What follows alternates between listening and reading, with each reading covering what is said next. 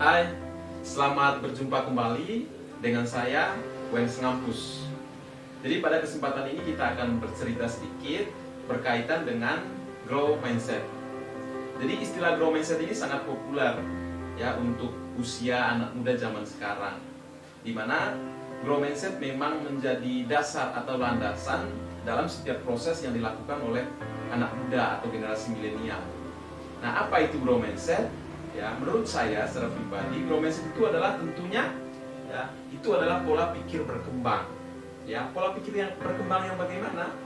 Ya, pola pikir ya yang melandaskan bahwa kita menyadari, ya, poinnya kita menyadari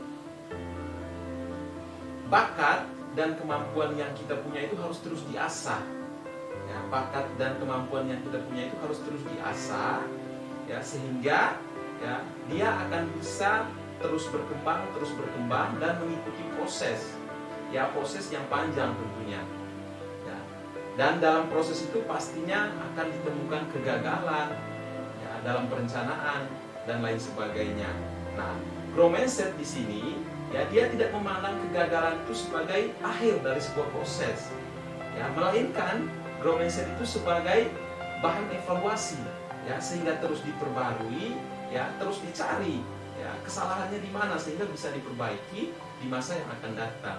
Dan pada poin pentingnya adalah Grow Mindset itu dia menyukai proses, ya, tidak hanya berorientasi pada hasil, tapi prosesnya bagaimana, ya, karena ketika sesuatu kegiatan, ya, itu diikuti ya, dari awal sampai penyelesaiannya, prosesnya kita ikuti, otomatis itu akan menambah, ya, bakat yang kita miliki dari awal itu akan bertambah, ya, sehingga kita jauh lebih dewasa.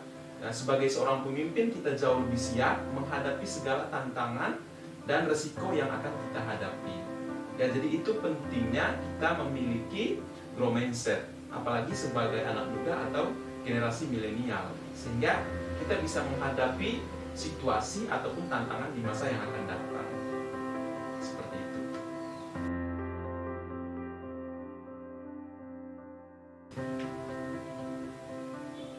Dalam satu semester ini, saya sudah banyak melakukan hal, ya, untuk memperbaiki, untuk berproses, ya, sehingga Grow Mindset yang saya miliki itu terus berkembang, ya, dan bisa mencapai kematangannya. Ya. Pertama, tentunya saya belajar teori dalam perkuliahan. Di satu sisi juga ada praktisi-praktisi yang bisa menyampaikan pengalamannya.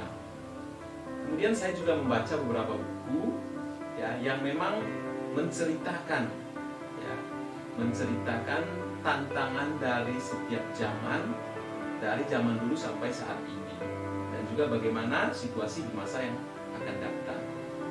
Nah, itu berkaitan dengan teori. Kemudian saya juga melakukan praktiknya. Dalam artian proses yang saya lakukan itu juga tidak hanya berteori, tetapi juga melakukan praktiknya. Yang pertama yaitu saya berkecimpung dalam organisasi. Sejak kuliah S1 dulu sampai saat ini, organisasi itu seperti bagian dari hidup saya, khususnya organisasi sosial. Jadi apa yang saya dapatkan dalam proses perkuliahan itu saya aplikasikan dalam organisasi. Tentunya banyak tantangan, banyak hal yang menjadi bahan evaluasi bagi saya, sehingga saya terus bisa memperbaiki pola pikir saya. Di satu sisi juga saya bekerja, ya, banyak tantangan yang saya hadapi, ya, namun berkat teori, berkat proses belajar, ya, selama perkuliahan satu semester ini, sehingga segala tantangan itu bisa saya lewati, sehingga pola pikir atau Grow Mindset yang saya miliki itu terus berkembang. Dan semoga saja proses belajar terus-menerus ke depannya itu bisa mencapai kematangan.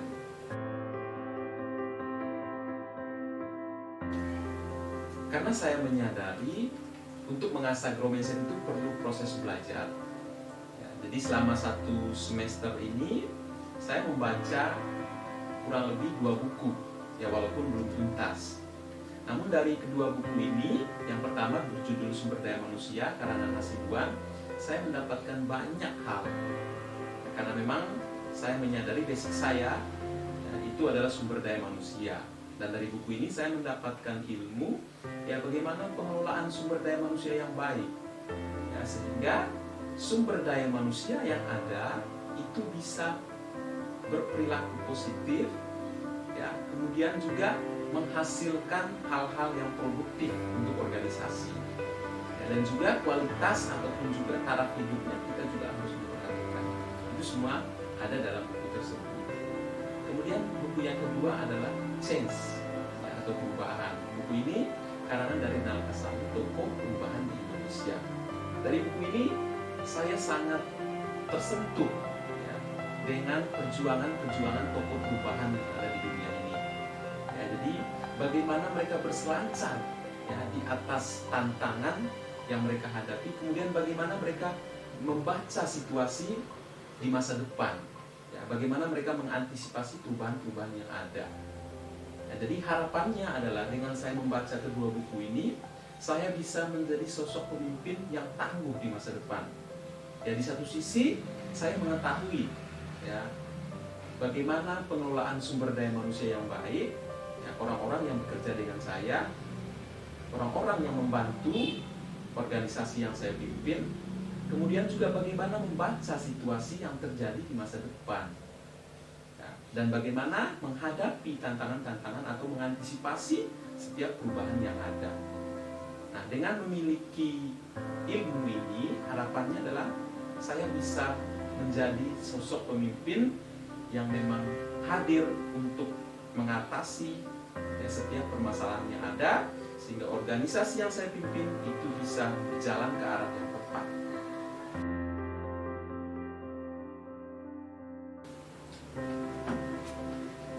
Dalam proses belajar saya mempersiapkan diri untuk menjadi pemimpin yang tangguh di masa depan, saya mengagumi sosok Abdurrahman Wahid atau yang lebih dikenal dengan nama Gus Dur. Jadi ada beberapa hal yang saya kagum dari tokoh ini. Yang pertama adalah kepribadiannya. Dia sangat apa adanya, santun, kemudian juga gaya bicaranya santai, enjoy. Itu yang pertama saya sukai dari tokoh ini. Kemudian dia adalah sosok yang sangat cerdas. Kita tahu pada saat dia mulai memimpin Indonesia, negara kita pada saat itu tengah dalam situasi yang kacau. Krismon tahun 99. Namun berkat kecerdasannya, beberapa kebijakan yang dia ambil mampu membawa Indonesia semakin baik kondisi perekonomian pada saat itu. Kemudian juga sosok yang berikutnya yang paling saya kagumi dari tokoh ini adalah dia yang sangat toleransi. Dia sangat menghargai yang namanya perbedaan. Jadi dia menjadi tokoh terdepan, pemimpin negara terdepan, yang sangat menghargai yang namanya toleransi, perbedaan agama. Jadi itu beberapa hal yang saya kagumi dari tokoh ini, dan harapannya adalah saya di masa depan pada saat menjadi pemimpin nanti bisa mengaplikasikan beberapa poin yang dia miliki, sehingga saya bisa menjadi pemimpin yang memang benar-benar bisa mengatasi setiap persoalan yang ada, namun tetap memperhatikan keseimbangan. Jadi itu harapan saya di masa depan.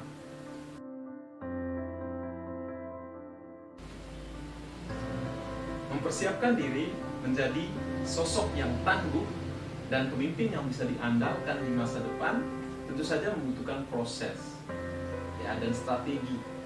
Saya secara pribadi itu sejak sarjana dulu S1 itu saya memiliki beberapa tips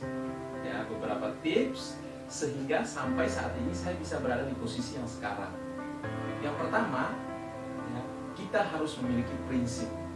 Jadi itu yang paling utama. Kita harus memiliki prinsip. Artinya apa? Ketika kita memiliki prinsip, kita akan tahu mana yang harus saya ambil, mana yang tidak. Jadi itu pentingnya kita memiliki prinsip sehingga kita menjadi pribadi yang memang berintegritas. Gitu. Kemudian berikutnya adalah totalitas.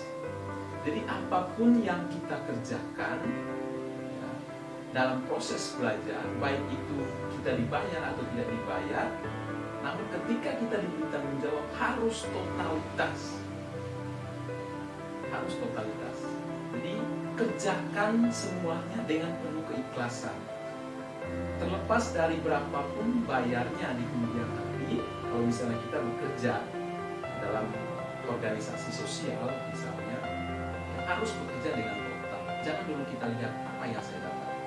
Tapi ketika kita mampu berproses ya, dengan baik di dalam pekerjaan tersebut, pasti kita akan mendapatkan sesuatu yang tidak bisa diukur dengan uang di masa yang akan datang.